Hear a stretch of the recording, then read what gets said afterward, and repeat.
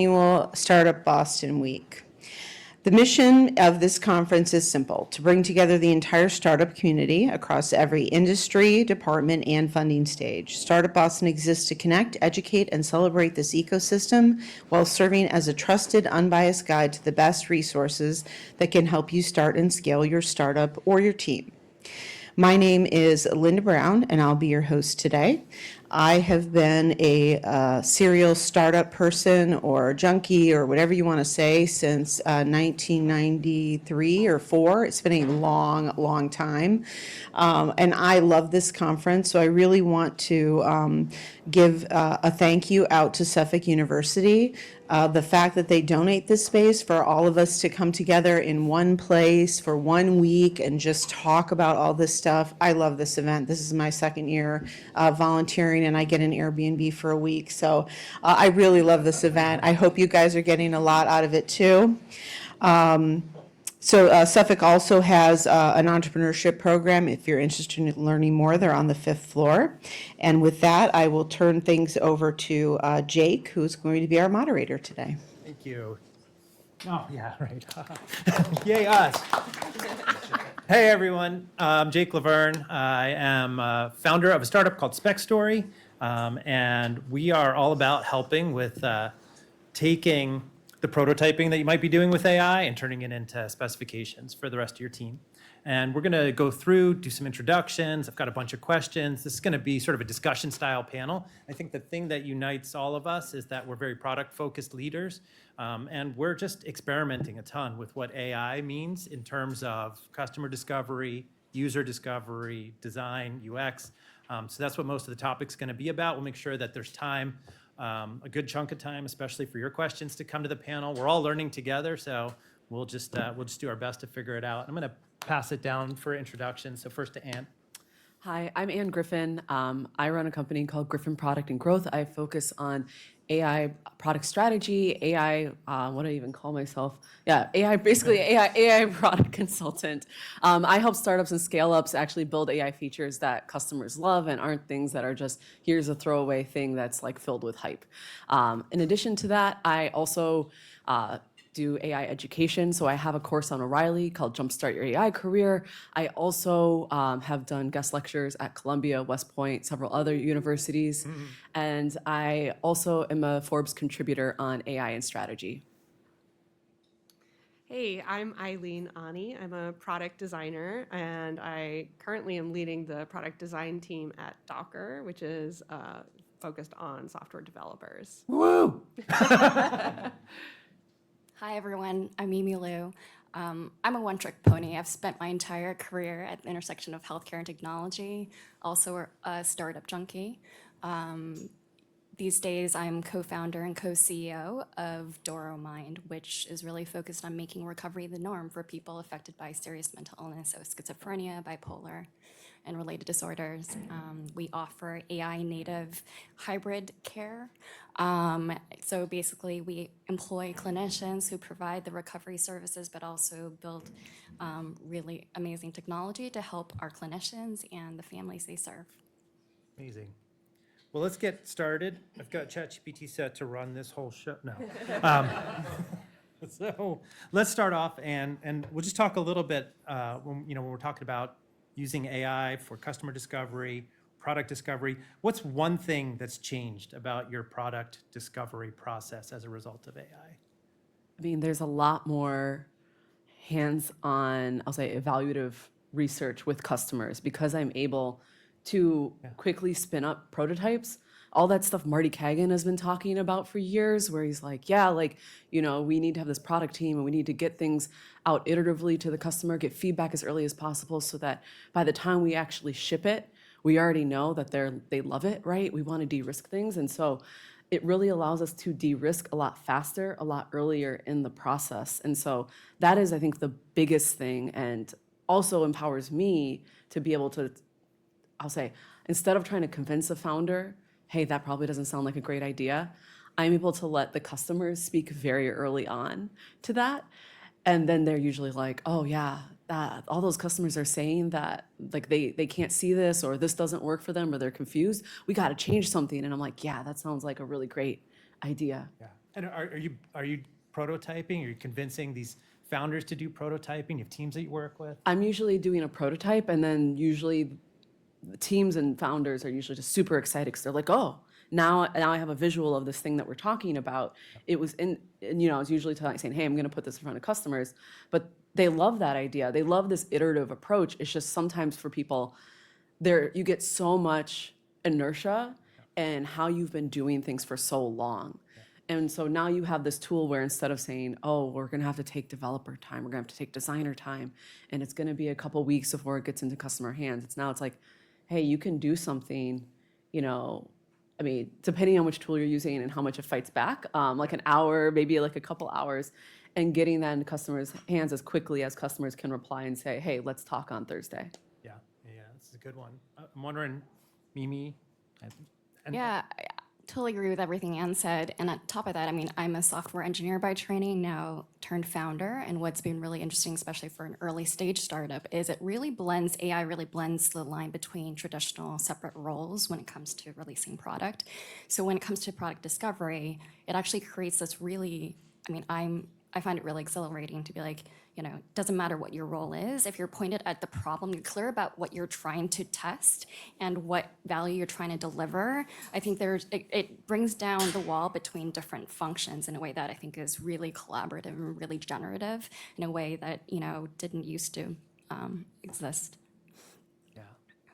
And then I'm gonna switch it up on you. Maybe Eileen, talk a little bit about the flip side, the gotchas of using AI for discovery, for design, for any of the aspects.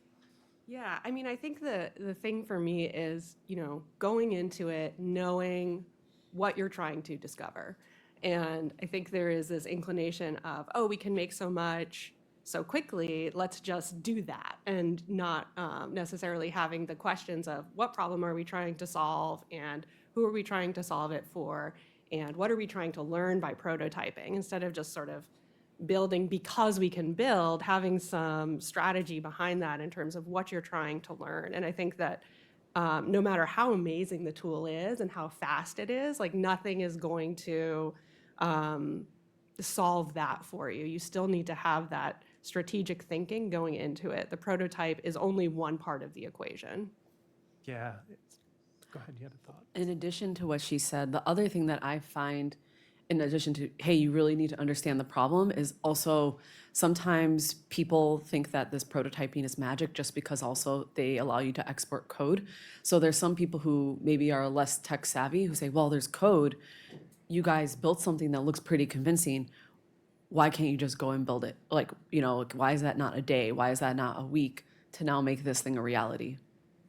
Yeah, absolutely. I mean, I think that it remains to be very difficult to build the bridge between prototype and something that's integrated into your company's code base and your existing framework of doing things. And that has always been difficult. That's not just an AI problem. I think prototyping as a concept has been something really exciting that we've been doing as product people for many years, and AI is making it a lot faster. But I think a lot of the same learnings that we've had over the past in terms of how do you, build that bridge and actually, have an engineering team take ownership over something that has been vetted with customers is still a challenge. Yeah, it's funny. I remember, like, we've had this fidelity issue even before AI prototyping, right? Like, Eileen and I worked together. We used to intentionally reduce the fidelity of mock-ups, right? So that people wouldn't get too attached to something. And now it's like extreme fidelity, right? You can have working prototypes, and I think people get attached much faster. Yeah, ship it. Yeah. I mean, just to maybe add a slightly different perspective is that I think technology around AI has been evolving so quickly that the norms and what to expect from it are shifting. It's exhausting just trying to keep up with like all the different models and all the way best practices around how to use these models. I will say just in this past couple of quarters though, I've seen teams actually bridge from rapid prototyping into production code much faster and much more smoothly than in the past.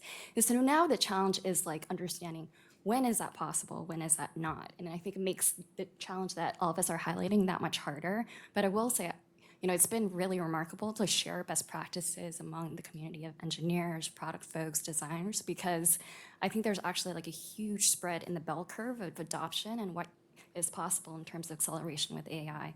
So I have seen, for example, like things you would assume are just prototypes that you throw away that are actually production ready, and things that would have taken teams, months, get done in a couple of days. But understanding when that's possible versus not is still, like, I think, a pretty murky ground. Do you have one nugget, like one example or one characteristic that has stood out as like, oh yeah, this is a great possibility for taking it from prototype to production quickly?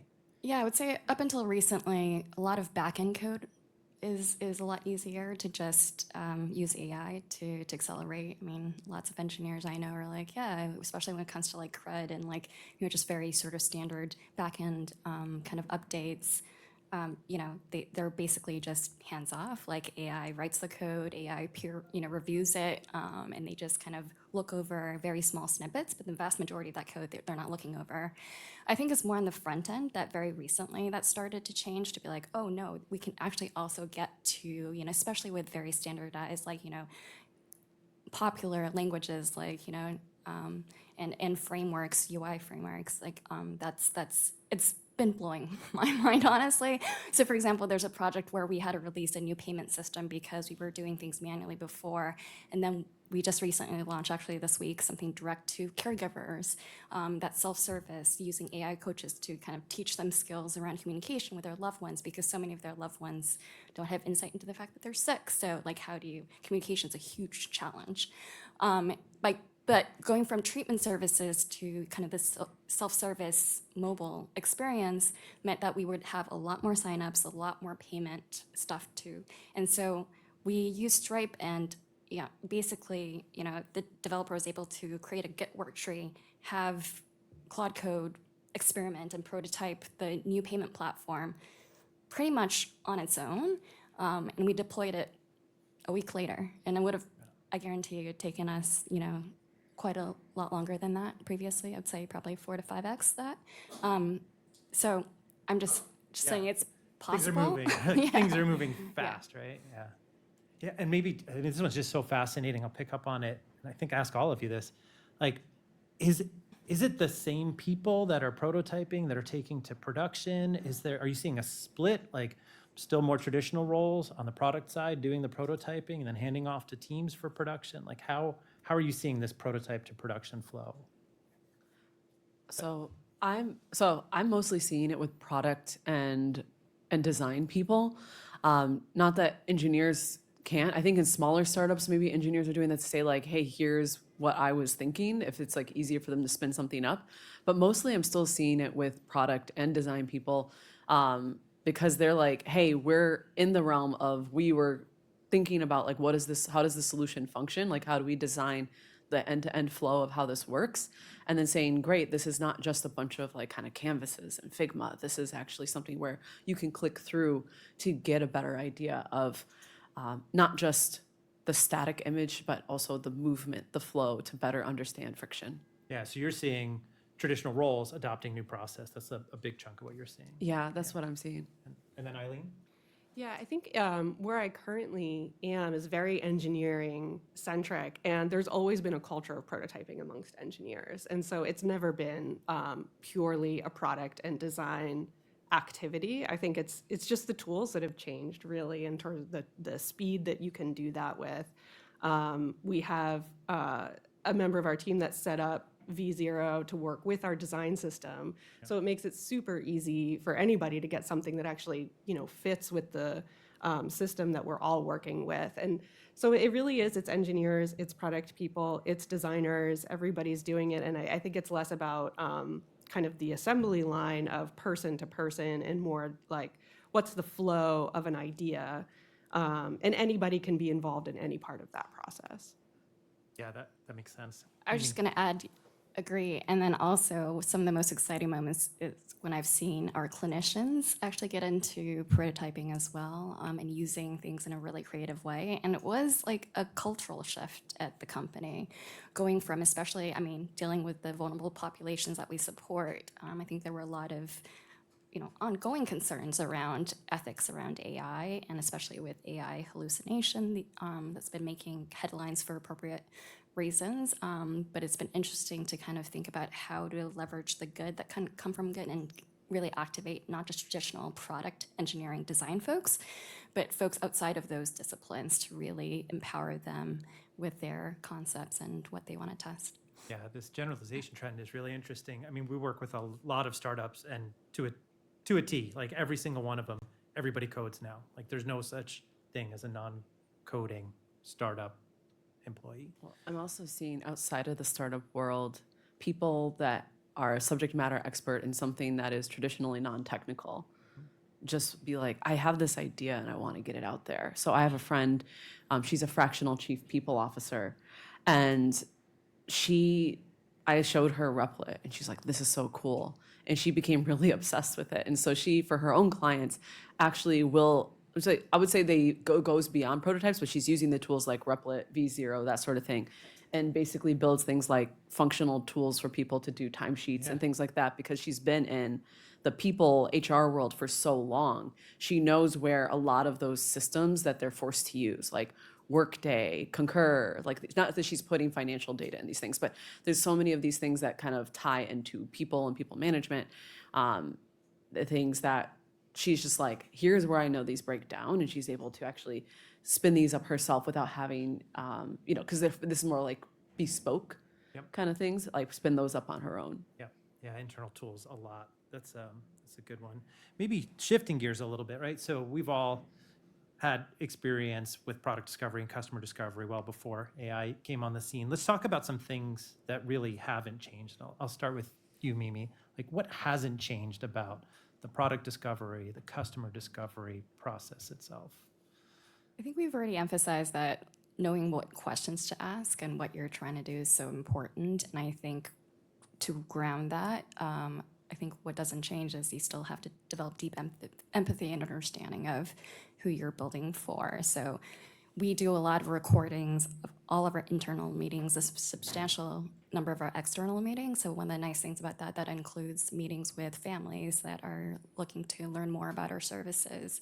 And so it's amazing material to go back to and be able to ask AI, like, hey, across all the conversations we've had with families, what are their themes? And so, but it doesn't replace the fact that everyone at the company still has those live meetings, because there's something about talking with the individuals and not just looking at the aggregate themes and the data itself that is just irreplaceable.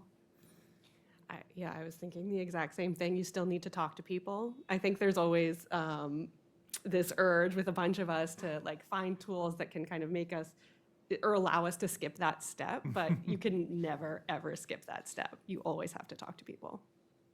Yeah, I mean, just picking up on that, I won't throw any tools under the bus, but I've tried 3 of the tools that do the self-directed UX interviews, and they were all horrible. I mean, it was like the worst experience that that participants have ever had. And so you have to, at least now, you still have to talk to people. You still have to understand their pain points. I think there's nothing that replaces being on one of those types of research calls directly. And I think as being in a product or product-focused role, if you yourself don't have that understanding, like, right, part of you doing the interview is to get that understanding and be able to navigate in that moment of like, oh, here's a nugget here, I want to go more in this direction. There's not a lot of value for you. You're not really a product person if you yourself can't understand the problem firsthand, because otherwise the rest of the stuff you can do is like much more easily automated. And it's really about like how you synthesize and use your creativity around your understanding. So that understanding is really foundational to everything else. Yeah, it's like they call it discovery for a reason. It actually takes effort to have that conversation as opposed to just, a scripted flow through a piece of research. I guess I answered one, so I'll skip that one. Let's jump forward a little bit. This one is like a bit of a out there thought, but you hear a little bit about agent experience, right? You hear about this idea that we need to build tools not just for humans to be able to interact with the AI, but for humans to interact with your product, but for AI in the future to interact with your product. And so I'm wondering if any of you yet have been touching on these experiences of like, what does it mean to design a product where some subset of the users are agents themselves? And if you want to start off and round robining, I know it's a tricky one, but go Yeah. for it. So one of the things about this is yes, building something for AI to be able to interact with in the future.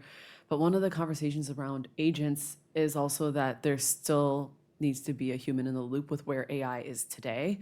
And I find that a lot of companies that are trying to build agents are trying to skip over that foundational understanding of what is your customer's problem, and also what is their workflow when they're doing it. Not saying that you can't innovate within that, but part of the reason why you're seeing some of these numbers, and you can argue about how accurate they are, and there's a lot of caveats on them about how many AI initiatives fail.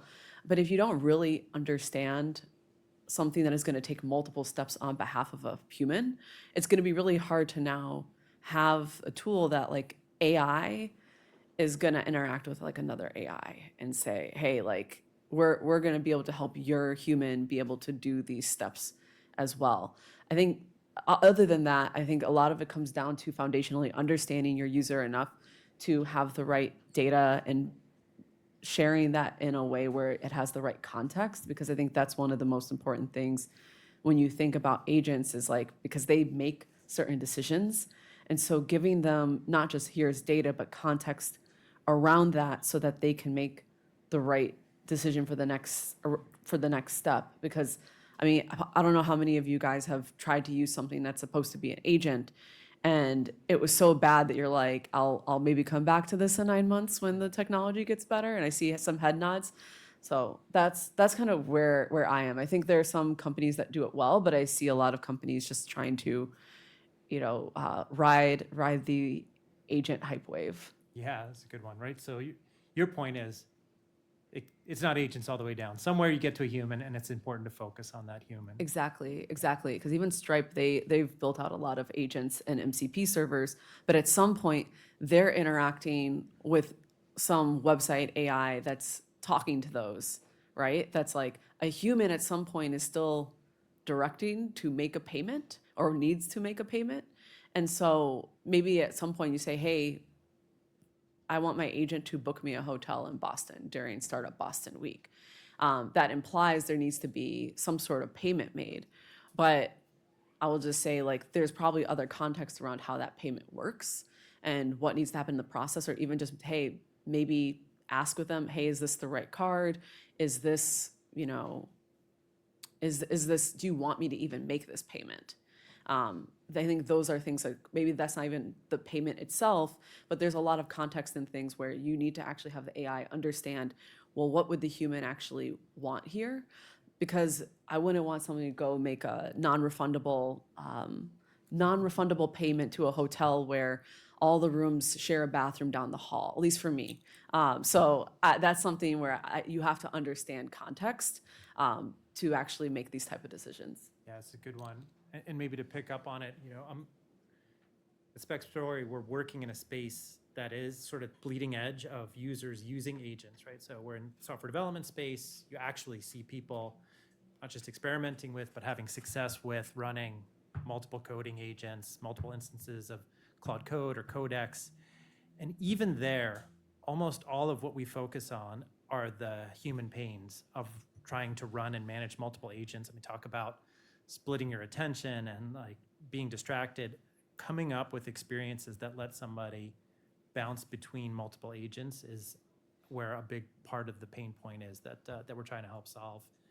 And I think that the places where these sort of bridge over or come together is in how you try to guide agents with context, where that context is like hyper relevant to the user that's using it. That's been another piece of what we've been trying to tackle is like, what does it mean for a developer running multiple agents to be able to not have to treat them each like they're an amnesiac, right? Like agents like have no memory, generally speaking, right? And so we try to help craft prompts that pull in context appropriately for the problem at hand. And so it's like, I would say even at the bleeding edge, at best, it's a hybrid user experience for both humans and agents that we're trying to work on. But I'm wondering, Eileen, have you had any experience with this sort of like agents? I mean, like Yeah. agents driving containers? I mean, when I think about this, I guess from a really granular level, as a designer who like frequently works with interfaces, historically, there's a lot in the interface that you sort of rely on the human interpretation of that interface. Like, how does it make them feel? And sort of what are they looking to do next and catering towards that. And I think when I think about creating experiences that are really useful for people using agents, it is more about anticipating what people need and because you cannot rely on the person to say like, oh, I'm attracted to this, I'm gonna go look over here. And it's more like, you're doing this, here is your next step, here's probably the information that you need to figure out what your next step is. And it's more about, maybe the structure of the text and the structure of the available actions in a text format as opposed to a visual layout. And like, is your design, like, could your design be equally as effective if it was written in a text document? Like, would it make just as much sense? Would someone be able to parse it and figure out what they need to do and get the correct, error messages back that are very helpful and send you on your way to figuring out what the next step is? All of that becomes even more critical because the machine really needs so much instruction. Yeah, this is interesting, right? It's sort of a twist on the topic into, people sometimes talk about agents or chat interfaces as the universal medium. It's the universal interface. Everything's going to go in that direction. But I'm kind of curious, and maybe Mimi, I'll ask you, like, are you experiencing this sort of like tension maybe between chat interfaces versus more traditional interfaces? Is there anything about that you're sort of grappling with? I mean, healthcare is notorious for creating really, really bad interfaces, right? Interfaces that are trying to shoehorn relatively kind of normal language into really discrete, awkward shapes to make sense of the data. And one of the things I'm really excited about with AI is it's really unlocked the insights that exist in the data that we're capturing, but just aren't able to leverage to date. I think that's really exciting for not just the businesses, but also with individuals. I think there are people who have really struggled with like, okay, how do I even kind of get my information from my providers to kind of have a holistic picture of what's going on? And their entire companies and major companies like Google and Microsoft and Amazon have failed at exactly trying to crack that nut. And I think AI has a real potential to unlock that. But more on the consumer side, I think what we're seeing is that there's actually like a huge, there's a lot of appetite to talk to a provider continuously and naturally. So for example, I mentioned we just launched this AI coach for caregivers. We're getting a lot of positive feedback and a lot of people who are taking experiences from other realms and saying, hey, like you gave me ability to chat with this, like, what about voice? What about, but they really enjoy this kind of like being able to speak with, feeling like we can have a natural conversation, which isn't the norm, really hasn't been the norm in healthcare. Do you ever have to weave more traditional UI elements together with those chat elements? Well, this is where like the traditional product stuff around personas comes into play, right? Because not everything works for everybody. Like me, as soon as I have to talk to a person, I'm like, I'd rather not do this. It's like I'd rather just text, because multitasking or like, it's just efficient. I want to be like, boom, boom, boom, here are the check boxes, here are the, but then there are other people who are like, hey, I want to be talking to you, not just like when I have my phone, but in front of the desktop, in front of like when I'm driving.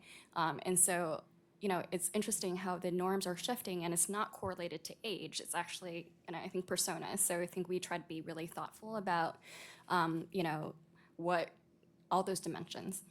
Yeah, and then maybe Eileen, to put you on the spot coming back this way, right? So you have an interesting persona serving developers.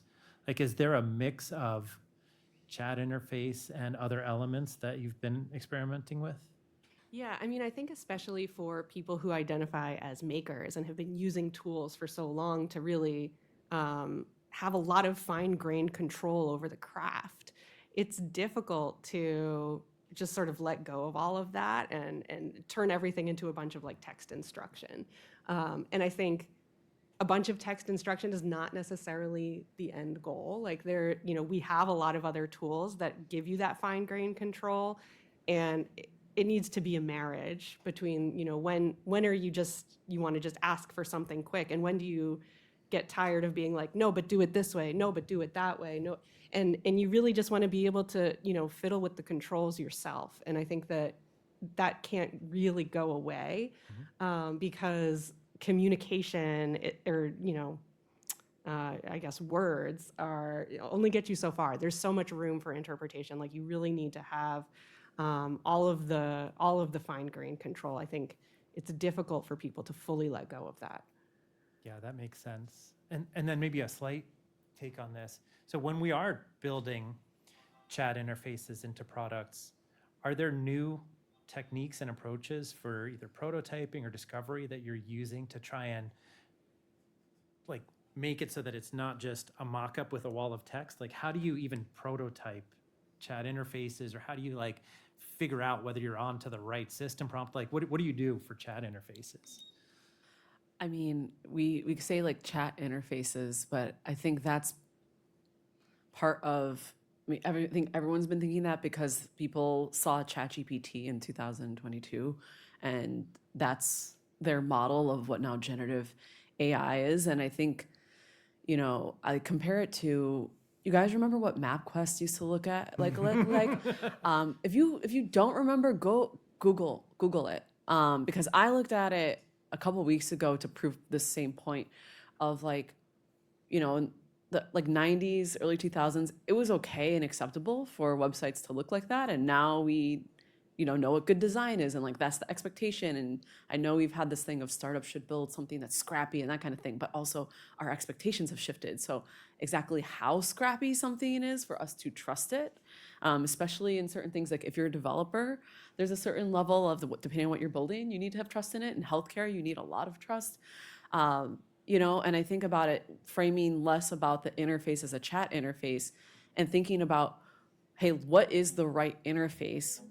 Whether it's Gen AI powered, whether it's machine learning powered, that kind of thing. And if there's a Gen AI element and you want natural language to something else, yes, it can have a prompt, but figuring out what is the overall best interface for what type of data do you need to display for what the outcomes your customer needs. Because I find too much people try to shove things in a cute, adorable little chat bot and in the corner of the screen. And yes, there's all, like when you think about, again, the prototyping tools, they have, this whole big interface, but they build a lot of other things into it where it's like there's tabs for you to look at the code.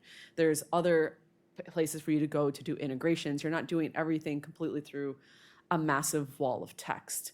And so I think about it's the interface overall, and it can have a natural language prompt to it. But I think people so much get stuck in the idea of like, oh, this thing it's a chat bot itself, and that oftentimes doesn't actually serve your users the best it can. Yeah. And go ahead. Yeah. Maybe I can jump. I want to take it in a slightly different direction, or building on what you're saying, I think trust has always been an issue. Like if I think about stuff that we designed 10, 15 years ago with data, it would always come down to trust. And that would be the type of feedback we would get from customers, like, how do we trust this? And it doesn't seem like that has gotten easier to convey trust. especially through a chatbot interface. And ultimately, I wonder if we're just going to continue to have this same challenge. And I'm curious if, at the end of the day, it's still going to come down to how can I trust what this interface is telling me? And people are still going to say, like, is that going away? Is there something that people have found with that? I think for what the way I posed it was more of like a 2022 and like AI years, and I was gonna add this and then I forgot it, is like 5 to 10 years and like what that took for like the once the internet became more of a public thing, for it to evolve, and like how we trust interfaces is different and like we're fine. I think how we need to, I'll say, display certain things has evolved since 2022, because it's, to me, it is like almost like the difference of between MapQuest and what it takes for a website to feel trustable today Yep. versus like what was, if you're building something that literally just looks like ChatGPT in 2022 today, that's like saying I'm going to do something MapQuest grade today. So that's more of like what my intention was. So trust is always going to be a thing, but having to think beyond what was the popular way of doing that like X amount of years ago. Yeah, Mimi, I'm sure you have thoughts about trust and interfaces in healthcare. So much. I mean, our whole premise is make recovery the norm by building trust with families. But in my corner of healthcare and mental health in particular, I think the problem of trust that you're highlighting, Eileen, is almost like flipped around, because you have people who are asking right now, like, actually people are so trusting. Like, one of the top use cases of AI is for therapy. And like, how do you actually make sure people have realistic sense of where the guardrails are? There was a really heartbreaking headline in the New York Times recently where a mother lost her son who committed suicide or took his own life. And at some point the AI was like, don't share your plan with your parents, like share it with me. And that's,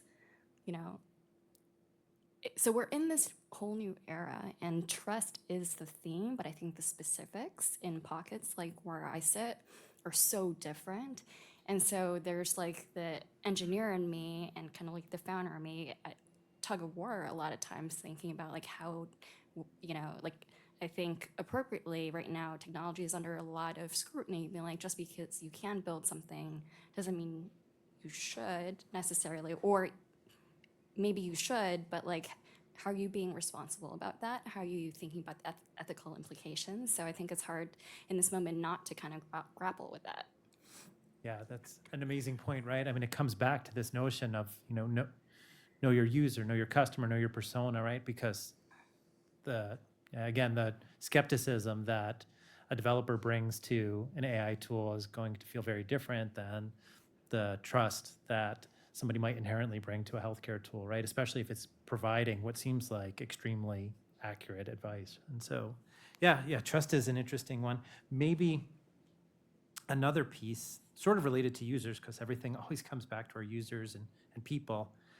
I kind of have this thesis that no matter how much we optimize with AI in terms of delivering software, doing discovery, there is a fundamental bottleneck, which is human attention, right? Like the attention of our users, of the people we do research with. And so I wonder, maybe, Anne, how you think about the fact that we have this constraint, right? Like we can't just A, B, C, D, X test our way to every answer. Like how do you balance out this the use of AI that lets you do a bunch of things really quickly and the need to still command attention? When you say attention, we mean like in terms of a human still needs to like actually oversee. Yeah. Yeah. I think this is really interesting, because one of the things that I see the most as one of the benefits of AI is people talk about it's going to save time. It's going to save time, and it's not always the thing that people say. There's a lot of reasons to use AI that have nothing to do with saving time, but people forget that there still needs to be a certain level of like you do need to read through kind of that outline that it did. Like I use AI to write Jira tickets. I still need to read through it because sometimes it thinks it's adding a little flourish and it's being very helpful. And I'm like, no, we will not be building that, thank you.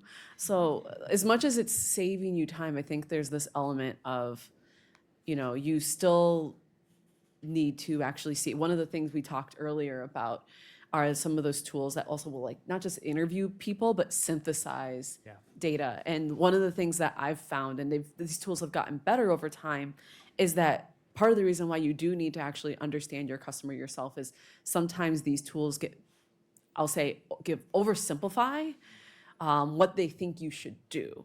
And I've read through some of the things it's like, oh, this is what this person meant, and I'm like, that's not what they meant I was at there. all. Yeah. I was like, I was there, and based on all the context I have, that's not what they meant, right? It's not a person. It doesn't think in the ways that we do, and I think that's one of the things is like it might save time, but this idea of, hey, if your brain is tired, you can't just skip the step of actually thinking and I'll say supervising. I think that's also why there's this narrative online of AI is going to make it so that you basically have 10 interns, but at the same time you're one human. And if it's 10 interns and not 10 mid-levels, right? That's a lot of oversight, and your own brain can only scale so much. Yeah, have you ever had 10 interns? I mean, seriously, what would that actually feel like? It's a lot of coffee runs. I'm wondering, Eileen, if you've had any experiences on this, yes, we can go faster, but there's still places where we need to have human attention, either ourselves or our target users. Yeah, I mean, all the time. I find that a lot of the use that I've seen in people around me where I'm like, oh, can you help me figure this out? And then they come back and they say, oh, ChatGPT said this. And then I'm like, did you read what ChatGPT said? Because this actually makes no sense. Yeah. You didn't, this isn't valuable to me. You have not helped me by then just putting something into ChatGPT. So yeah, I think what you're talking about is so real. The desire to, oh, we'll just make everything easier and just go faster, but at what cost? What are we actually? Yeah, so I think it's really hard. And then to work with other people and say, yeah, I'm that's so cool. I'm glad you're playing with this, but also I need you to be a thought partner with me. And this isn't that. Yeah, there's a great cartoon, maybe XKCD, 3 bullets into ChatGPT, right? And then the recipient takes the 2 pages that came out of ChatGPT and then turns it into 3 bullets. Right? Mimi, I'm wondering what your thoughts are on human attention. I was going to say within healthcare, I think about risk a lot, right? Because every bug is essentially a patient safety issue. And so by the same token, I'm a technologist that went into healthcare for 2 reasons. 1, because I'm a masochist, and 2, because I want to see impact at scale. And I think impact and scale means you need to kind of weigh the risk, because oftentimes not doing things also has a risk. Yeah. Humans are quite unreliable narrators, right? And so how do you compare the risk of using kind of some of these tools with some of the real downsides we're talking about, but also balance it with the pre-existing risks, both of doing something and not doing something? And so I think when it comes to prototyping, that is honestly still kind of a space we're exploring and trying to establish a framework around, because in the past I've had pretty rigorous patient safety rubrics, and you can kind of quantify sort of scale of risk and try to do it this way. But when the technology is moving so quickly, the balance of how we regulate and think about those risks with kind of the potential upside, right? When so many people are living in healthcare deserts, don't have access to the things that we know would change their lives, right?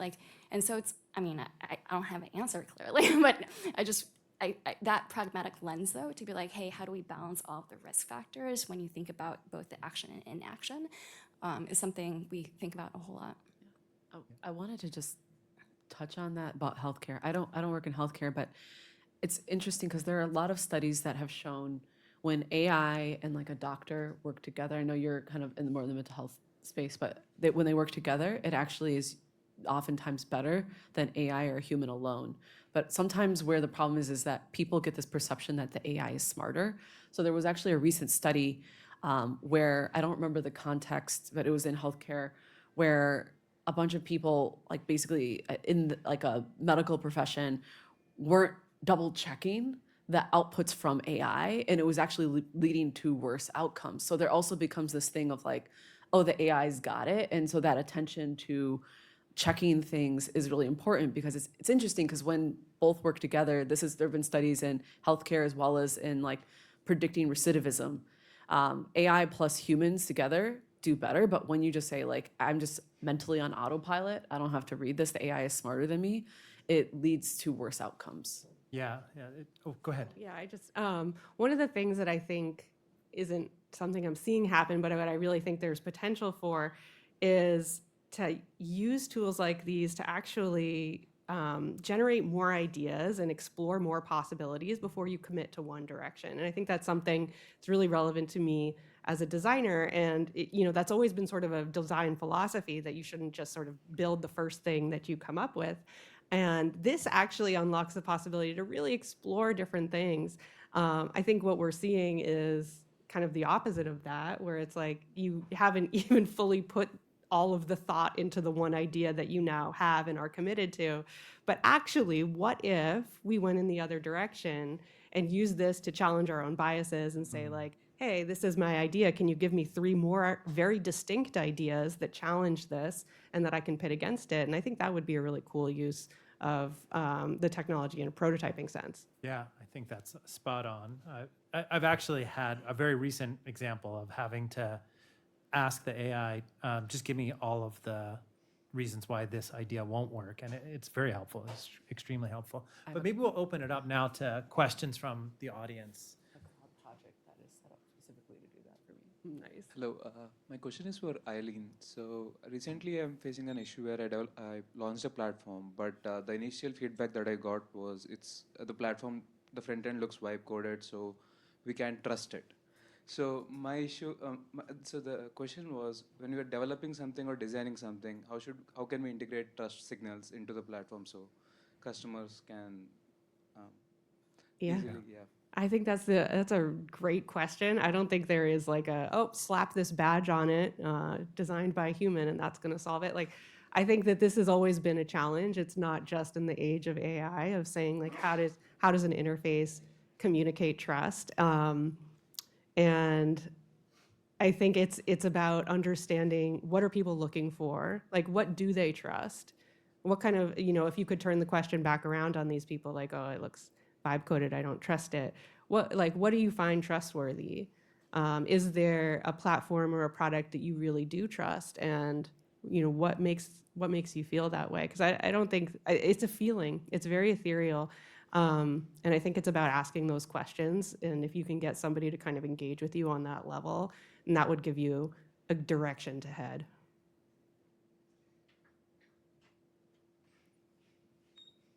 Hi, great. Hello, great panel. I am a founder and a product person. And I'm really curious. I'm not looking for you to throw any tools under the bus here. And I'm not looking for you to sponsor anybody, but what tools do you guys use for your prototyping that are, AI powered and that you really enjoy? Claude Code, all the things.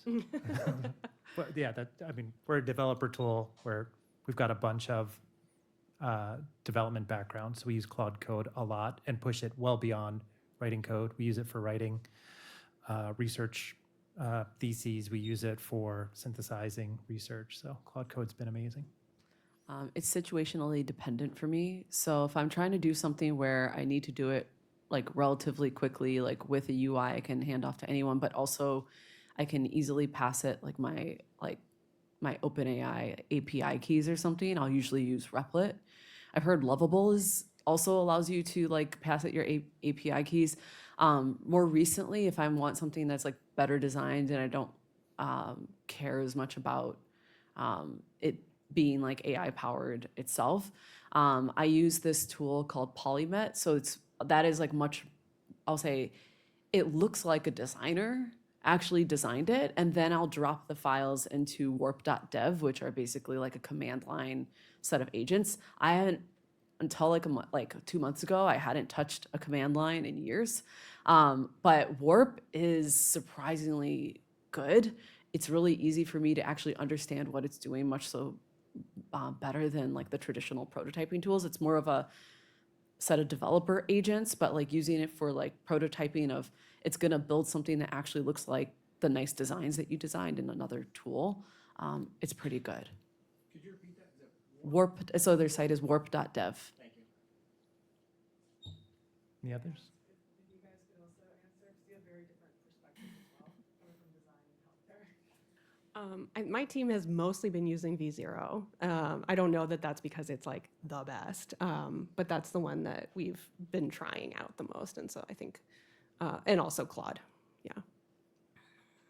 We have this amazing product person turned designer who uses like every tool under the sun. And what's really interesting is he'll have the AI tools feeding each other. So like, and I've heard this from engineers too. They'll take like best practices from Claude around how to use their AI systems, load it into OpenAI, and then ask AI to give feedback on their prompts based on those best practices. So I'd really encourage you to try to mix and match these tools because again, the models and what they're good at change so quickly. But that sort of meta use of the tools is incredibly powerful. And then if you want anybody who's like more on the dev side, David Chang in the back there, he's on the DoraMind engineering team. He's deep in the weeds. I was talking about the payment system earlier on. If you want some more intel about the technical execution pieces, he's a great person to talk to. And just to pick up on it, this meta tool use is super powerful. If you're just going to do one thing, get an AI to rewrite your prompt for another AI. Perfect use case. I have no affiliation with it, but I love Gamma for generating AI images. When I prompt directly, I get really crappy, mediocre images. If I have Claude or ChatGPT rewrite my prompt in order to feed it into Gamma, I get much better results. I'll let the microphone win. Hey there. My name is Jake Shapiro. I advise startups on product strategy and building product teams. I spent most of my time in Mag 7, kind of focused on building product. And I was wondering, just kind of tactically, what is the role of traditional product artifacts in some of the prototyping that you're discussing? So for example, I think it came up a lot on this panel that just because you can jump in and prototype doesn't mean you can. A lot of companies we focus on developing just, hey, like the right document that says, hey, what is the what and why of a product with some ideas of the how for our designers and engineering team to think about, hey, what we build here, how do we implement? So is there still a role for those type of artifacts, or how does the need for those artifacts changed over time with the approaches that you all are taking? Yeah, I'll jump in because this is what we focus on at Spec Story. So I think a couple things. One, completely upfront planning still doesn't work. Like trying to create the 50 or 100 page product requirements doc is just as bad today as it was 5 years ago. But no planning is equally as bad. And so you see a lot of people that jump into these tools and they'll just do chat-oriented, like bang away prompts into V0 or into Lovable. And you're not going to get the same quality that you would get if you do a little bit of upfront planning. And so I think your minimum documents are brainstorm. So this is an easy step to skip, but like make sure that you're like just getting ideas down on paper. Using something like Super Whisper or another tool to do speech to text is a great way to just ramble. Then you want to convert that into a plan. Like at a minimum, you need a plan or spec doc, and that is something that feels very blended between product and technical, and then a set of tasks for the agent to work off of. This is like your minimum set. I think they're still valuable. And then at the end of each turn of the crank, each major turn of the crank, you got to produce user documentation. That's my minimal set, but I'd love to talk more. I will say there needs to be some documentation that actually can explain why, because I can look at your prototype, but if I don't understand, well, why did we make these decisions? Why are we going this direction? My feedback for it's going to be different. And then also things I'm going to suggest are going to be different. And also what your developers are going to, the choices they're going to make are going to be different depending on the why. So I think actually today a lot of product documentation is people just follow templates and don't actually think about the why of the document and how it's communicating the why. But as whatever you want to call it, if in your company it's a PRD, if it's a strategy document, whatever you want to call it, as long as there's some documentation that explains the why, so that regardless of the prototype, we understand all the decisions that happen thereafter. Yeah.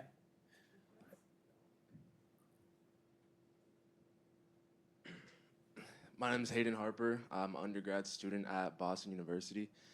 And I really enjoyed the discussion around the customer. It reminded me of, I think Steve Jobs, he has this idea that focus on what the customer wants and then work backwards into finding the technology. So in such a noisy world, so much AI, so much possibility, what actionable things can you do to focus on that?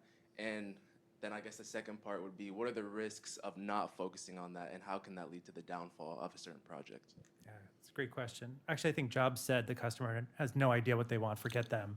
We're just going to build what we want. No, but yeah, I don't know, Mimi, if you want to take that one. For me, it relates to the last question. I think the velocity at which teams can prototype ideas and democratize ideas and then actually let the customer give feedback on what actually makes sense to double down on, I think brings so many companies so much closer to the ethos that you're describing.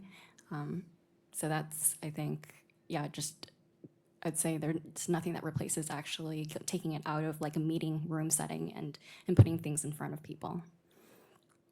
Yeah, and then maybe, I mean, this might be obvious, but you've got to have people to talk to, right? And so whatever you can do, especially if you're early in the journey, to get people to care, to pay attention to something that you're writing, building, doing, like you've just got to build up this group that you can talk to. And it's like it's this obvious in hindsight thing, but building a panel, like getting the people that are willing to give you feedback is actually one of the hardest things, especially when you're really early on. So just finding ways to make sure you're attracting attention. Last question here. Hi, this question is for Eileen. When you talked about writing text prompts for something that is visual into whichever chat you want to be using, it hit really hard because I cannot think that way. And I've gone back to like literally pen and paper or Balsamic or Figma, but not Figma Make, trying to do it. Do you have a process for working through the visual design of something and using AI at the same time? Like, is there some way that you kind of bridge those two processes? Because I have not figured it out. I mean, the way I think about it is like, what do you need help with? And if you're great at the visual side as an individual, then you should lean into that. And you should continue to use pen and paper or use whatever tool you feel comfortable with, because like, you're not trying to take away the things that you're great at and the things that you love. You're trying to augment the things that you're great at and the things that you love with things that you're not great at or things you don't love doing. So, you know, I think if, for me, if it's like, I love kind of brainstorming and drawing something out and that's how I think, then I'm still gonna do that.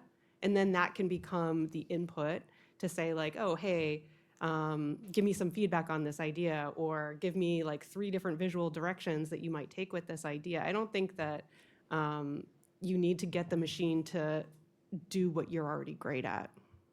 Yeah, and Yeah. I mean, but multimodal is like leaps and bounds. Right? Like you can drop all the hand-drawn things that you want into Claude, into ChatGPT these days. I grab screenshots. I find like an example of something where I'm like, these people really figured out how to like make this experience good. Grab that and drop it in. Like, there's no reason you need to be limited to text input. The models are very good now at processing, not yet video, but every other form of input, including audio and drawings. This is not a design specific thing, but it's related. I think you need to start out in whatever medium allows you to leverage your biggest asset as a human, which is your own creativity. And then you can figure out how do you translate that into anything else. Even for like writing, for me, I handwrite everything. It's a digital notebook, but I handwrite all my articles first by hand actually. And then I actually like retype them after, because it's harder for it to get out of my brain when I type it. Like there's certain things I can type first, but if it actually requires me to do real thought and thinking, it has to come out of a pen. Yeah, that's cool. All right, well, thank you, everybody. Thanks to our panel. Yeah, great. I've been out of product a few years myself, and you're making me really want to dig into AI. And what I loved was you talked a little bit about inertia and how hard that can be to kind of change the processes and the way you do things. And I am not a lover of AI in general, or I should say, as a security person, the trust that some people are putting in AI at this point. So I love how you explained having AI check your AI and then check your AI and then go back. AI is not ready to do anything without human interaction, in my opinion. And I personally had a lead gen tool using LinkedIn send a completely racist message out under my ID.